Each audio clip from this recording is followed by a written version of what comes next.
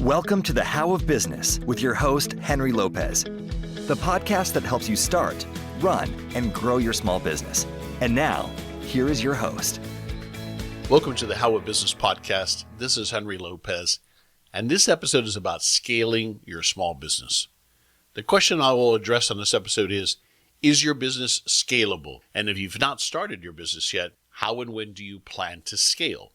Particularly, when will you be able to scale past just yourself? On a previous episode of the How of Business podcast, back on episode 532, I asked the higher level question, is your business model broken? And how can you tell, and how do you fix it? Because a strong and healthy business model supports a business that is consistently profitable, that can scale, which is what I'm going to chat about more on this episode, and that remains competitive. On episode 537, I focused on profitability. And so on this episode, I'll share some additional thoughts on scaling your small business, because scaling to the next level is what makes it a true business, independent of just yourself and what you can trade in the way of dollars for hours, perhaps. And hopefully makes this worth your investment, this business venture that you have started or that you are planning to start. To get all of the How of Business resources, including the show notes page for this episode, and to learn more about my coaching programs, please visit thehowofbusiness.com. I also invite you to please consider supporting the How of Business podcast on Patreon. And please subscribe wherever you might be listening so you don't miss any new episodes. I also have a business model health checklist download that you can find on the show notes page for this episode at thehowofbusiness.com. The business model health checklist will help you with figuring out, do you have a healthy business model? Again, whether you've started your business or planning to start a business, and what are those components of a healthy business model? So I encourage you to get that download at thehowofbusiness.com. But let's talk about scaling your small business, or why and how to grow successfully. I want to revisit first, though, what I mean by a business model. While the business idea is the what of the business, your business model is the how. Your business model is how you will run your business so that you can make a profit, significant and sufficient profit, and have the ability to grow, which is what I'm going to focus on this episode, and remain competitive in the marketplace. And what do I mean by scaling? Scaling a small business refers to the process of increasing your revenues and typically expanding operations while maintaining or improving profitability and efficiency. It involves growing the business's capacity to serve more customers or clients or patients without a corresponding increase in cost, at least not a direct increase in cost, ensuring sustainable and manageable growth. For small business owners, it also means that you can separate yourself from the day-to-day operations of the business to some extent or as much as you want, and the business still operates profitably. If you were to step away from the business for a month, for example, what would happen to your business? Well, if it can continue to operate well, continue to generate a profit in your absence, that's a business that you've scaled to that next level. So that's always a great example of what I'm trying to share with you here, of what I mean by a business that can scale. If you're already there, fantastic. Then you continue to nurture and maintain that business so that it can continue to scale to the next level. Or you might have it where you want it that allows you to go and do something else, whatever that might be. As Michael Gerber says in The E-Myth, The E-Myth is the most recommended book of everybody that I've asked for book recommendations on this podcast. But he says on this topic, quote, "The goal is to work smarter, not harder, and scaling is the ultimate test of this principle." End quote. So what are some signs then, more specifically, that your business is ready to scale? So these are some of those things. This isn't everything, but some of those things to look for that you either need to build in or plan for or begin to get ready or focus on so that you have an opportunity to scale your business to the next level. A small business is ready to scale when it demonstrates consistent revenue growth. So you have consistency. Of course, adjusting for any fluctuations in cycles in your business, but it indicates that consistent revenue growth year over year indicates that you have a strong business in a strong market that has plenty of demand and a loyal customer base. So consistent revenue growth. Another key indicator is that your business should have efficient systems and processes in place that can handle that increased volume without compromising on quality, service, or profitability. Of course, systems are key, right? You've heard me talk about that a million times on this podcast if you've been listening for any length of times.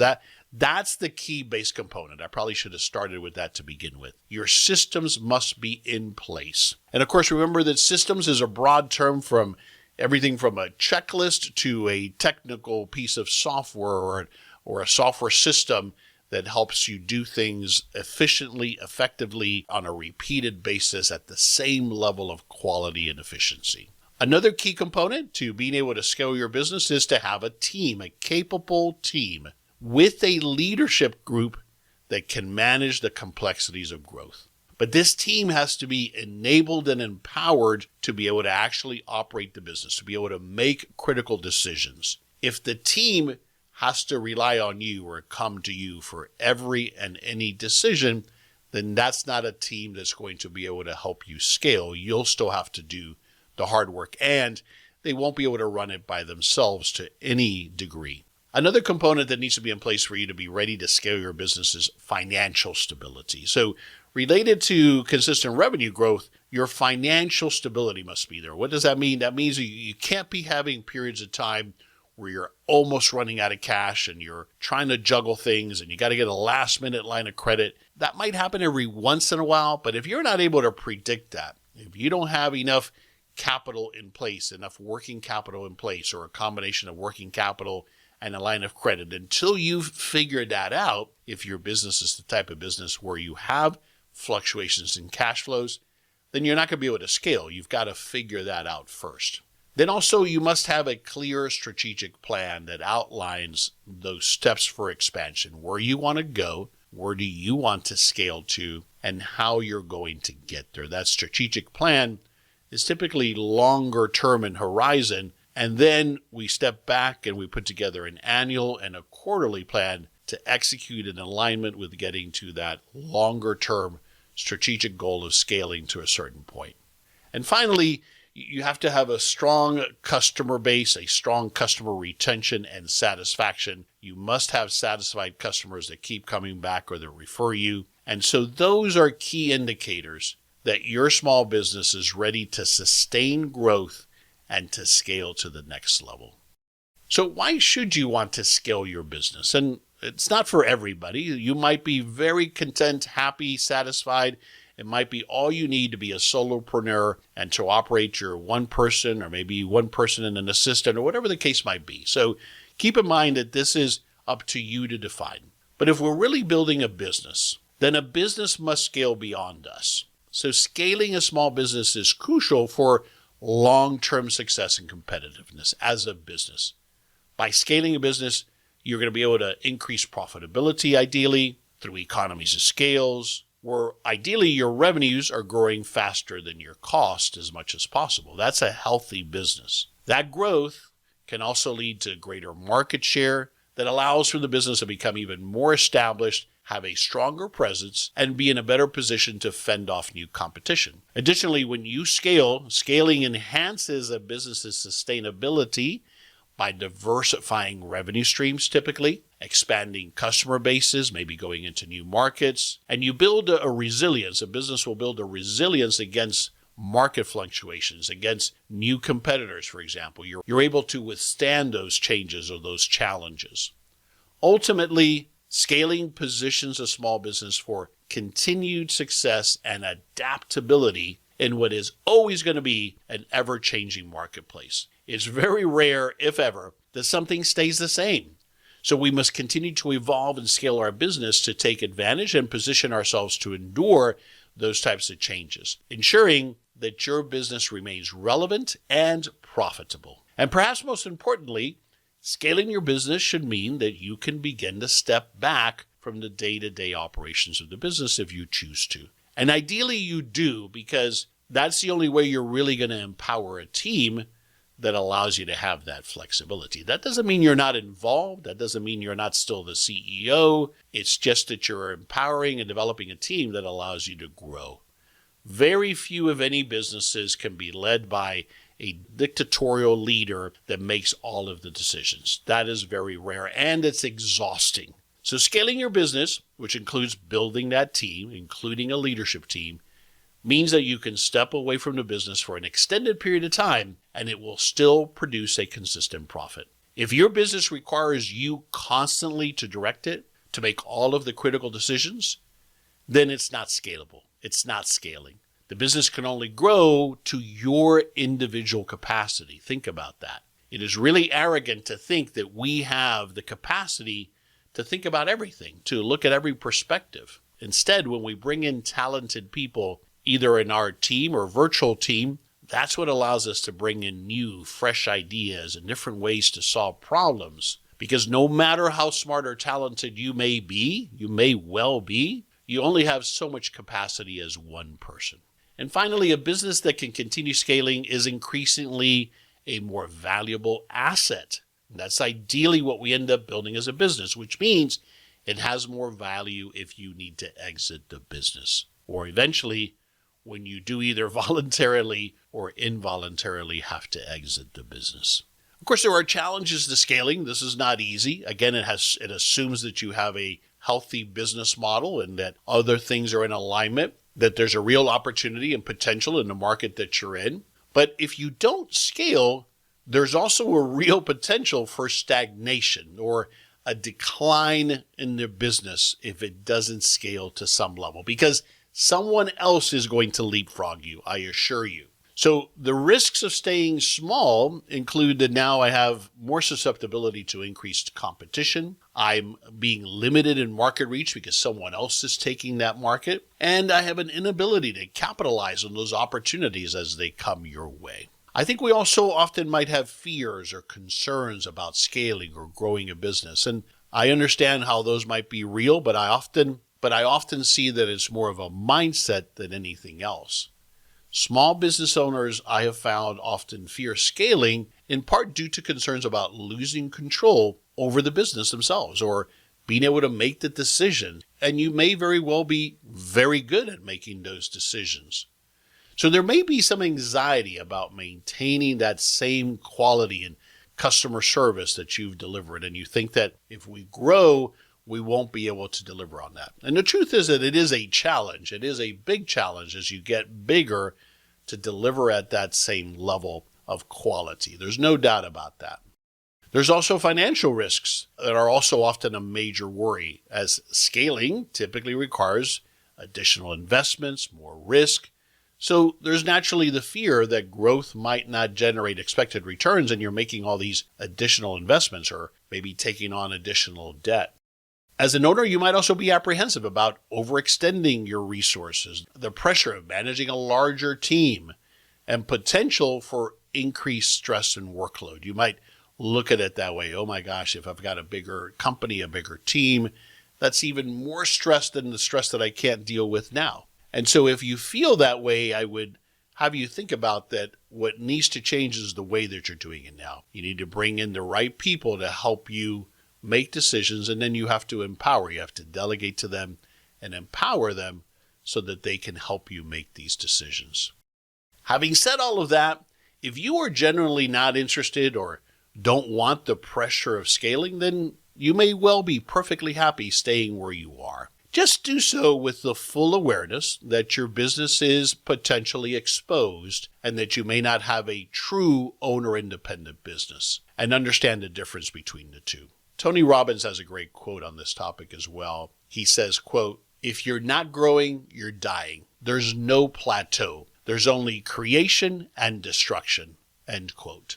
That puts it very succinctly. You're either growing, at best you're stagnant for a period of time, but more likely than not, you're on your way to a downward spiral. Or you're not building an asset if it's just you, because then when you can't deliver, for whatever reason that might be, there's no business. So how do you scale a small business? Well, I have some ideas for you here at a high level of the key components of what it takes to scale a small business. First of all, you must have some kind of a plan, a strategic plan, a clear vision, a roadmap for where you're going. Where is it that you want to go over a realistic horizon? For that next level of scale, I usually think, over the next 3 to 5 years, where do you want to be then? And then set very scalable goals and KPIs, key performance indicators, that then get boiled down to, as I mentioned earlier, annual plans and quarterly plans of executions to methodically grow into that business that you want to scale to. You have to invest in technology, especially nowadays. The technology might be what helps you to be able to scale efficiently, what delivers that increase in productivity for you to be able to scale and deliver like larger competitors might be able to deliver because they have the technology. Technology across the board now is so much more accessible for small business owners. There really is a tremendous opportunity there. I mentioned systems. Systems must be in place. You must implement scalable systems and automate and augment wherever possible. You have to streamline operations to be able to handle that increase in volume. An inefficient process you might have been able to get away with at a certain level, but then that's going to get broken. It's going to be exhausted when you add volume to it. And so you have to make sure that that's in place first. You have to develop your systems and make sure that that's in place before you try to scale. You need to focus on customer retention. So again, depends on what type of business you are in, but if you're in any kind of business where that customer has a lifetime value, it's critical that you're delivering for the customer. Even if you don't have, if your business is more of a one and done type of transaction, are you delivering on your customer promise? Are you getting those reviews and referrals? Are people talking about your brand in a positive way? And then it's about building your team, building the right team. You have to invest in people. You have to expand your team with the right talent and leadership. And you have to delegate and empower that team to make decisions. Perhaps the most difficult thing to do for a small business owner. And I've talked about this often in previous episodes. It's very understandable. Often we get to this point in our business careers being that decision maker. We have a lot of confidence in our ability to make the right decisions, but we're not always very good at teaching others how to make those decisions. To scale your business, you must now become a leader, not a manager, and you must hire people who can make those decisions and empower those people perhaps that have been with you and teach them, help them develop those skills to make decisions. Here's another relevant quote from John C. Maxwell, who's a very well-known leadership expert and author. He says, quote, "Your ability to scale is directly related to your ability to lead and empower others." End quote. Perfectly said. Your ability to scale is directly related to your ability to lead and empower others. If you recognize that that's just not who you are, then you have to be ready to, in some regards, step aside, bring in someone who is. That doesn't mean you're letting go of your business. You'll still play that CEO role, but someone, if it's not you, must play that role of empowering others and building your leadership team, and for that matter, your entire team, to be able to help you scale your business. I talked about financial considerations a moment ago, but you've got to have the understanding of the financial investment that it's going to take to scale. So going back to that strategic plan, it's going to have a financial component. What are the investments that you're going to have to make in order to achieve that scale? And where will that money come from? Where will that investment come from? And then marketing and sales have to be there. If you're going to scale, that means increased marketing efforts. You're going to now have to market at a different level. You're probably going to have to get some expert help in this area. You're going to have to expand your customer base and perhaps enter new markets. And the only way to do so is to have effective marketing and sales in place or developed, and the right leadership in that area of your business to allow you to scale. The bottom line is this. It's fine if you simply want to be a solopreneur. Nothing wrong with that. But if you want to grow your business to a point that is completely or somewhat owner independent, that gives you that flexibility to be able to do other things or to step away, whatever it is that you want to do, maybe start the next business. If you want to be an entrepreneur and perhaps even be able to exit your business at some point by your choice, then you need to scale your business to the next level. It's as simple as that.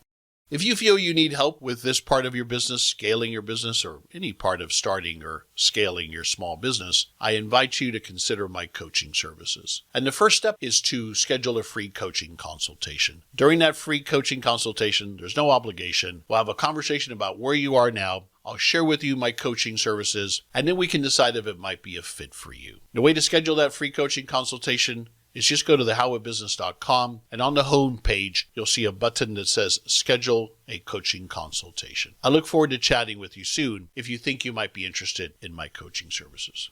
I've mentioned several quotes, and of course, I always am looking for book recommendations. So here are my top recommendations, book recommendations on this topic of scaling your business. I mentioned Michael Gerber. So Michael Gerber's classic book, The E-Myth Revisited, is the current version of it. It's a classic that explains why most small businesses don't work and what to do about it. I think it's an essential reading for understanding the systems and processes that are needed to scale your small business. Another book recommendation is Scaling Up by Vern Harnish. It's essentially a guide to scaling a business that covers the 4 major decisions every company must get right: people, strategy, execution, and cash. So Scaling Up is another book that I recommend. Then there's Built to Last, a classic by Jim Collins. And although it's primarily focused on larger companies, in my opinion and the opinion of many others, this book provides timeless insights on building a company that endures, and that's highly relevant for scaling. And then a more recent book that really has become extremely popular is Blue Ocean Strategy. Blue Ocean Strategy is about how to create uncontested market spaces and make the competition irrelevant.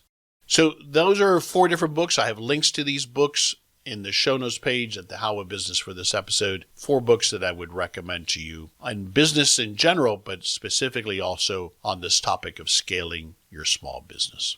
I encourage you to download the Business Model Health Checklist, which you can find at the show notes page for this episode. I also encourage you to listen to episode 532 on the higher level topic of Is Your Business Model Broken? And again, my takeaway is that if you want to grow a business that allows you that independence to not have to work on it day after day, if you want to develop a business that doesn't depend on you to make revenue, to bring in money, to make a profit, that allows you the flexibility to step away if you choose to, then that's a business you have to scale. You have to grow the business to that level. You have to make the investments, you have to bring in the right team of people, and you have to take it to that next level. That's what I'm referring to when I'm talking about scaling a business.